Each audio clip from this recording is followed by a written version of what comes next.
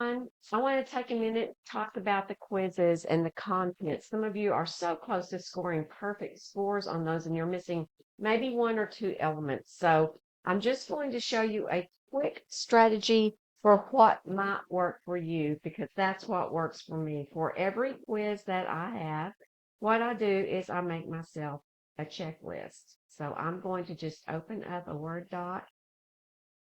You see that I've got my discussion open there.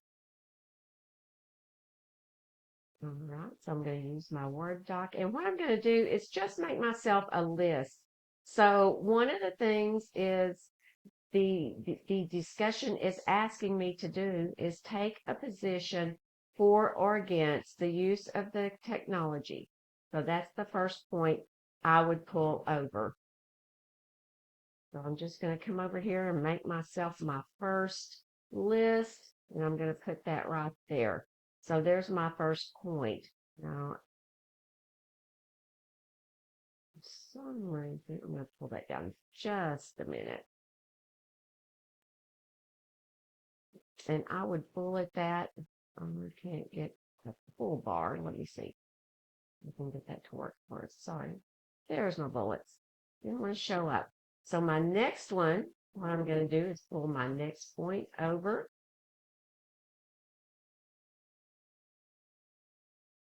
There we go.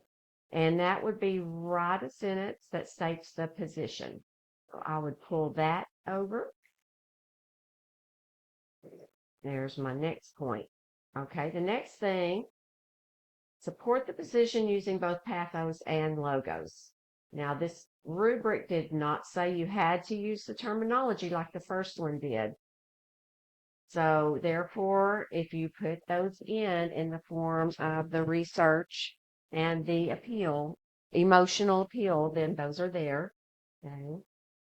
And the next thing we're going to do is use the facts from the video or find others. And the next one would be to provide a link to that. So I'm going to pull that over together. All goes together there. Maybe you want to make that back part, provide a link and a bullet point, but I'm not going to. All right. Now you're ready to think about your classmate and the response to those. All right. So without mentioning whether you agree or disagree with their position statement. Okay. So I'm going to pull that over. And this one's going to be responses. So my first point was right there. Okay. Sure why it's in italics, but whatever, right? Okay, there we go. The next one would be supporting information most compelling and why.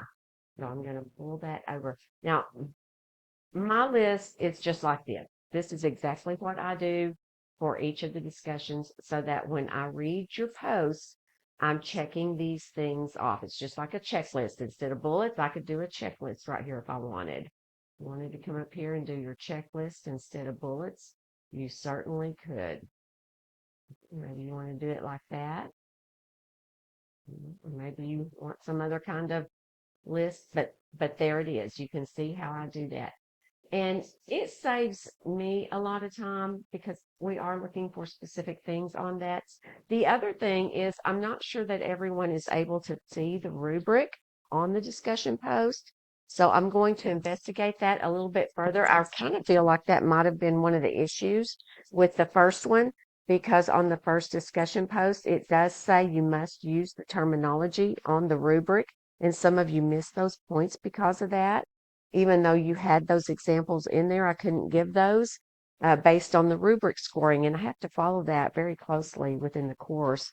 But the second rubric does not do that. But again, if you're not seeing that and you're not looking at those rubrics, then you might not know exactly what is being looked for. So I'll make sure before this next one comes up that I go in and copy that over, and we'll see if you're able to take a look at that as well. All right. If I can be of any help, please reach out to me. That's what I'm here for. And I'm enjoying reading your work. So keep up the good work, everyone. Thanks.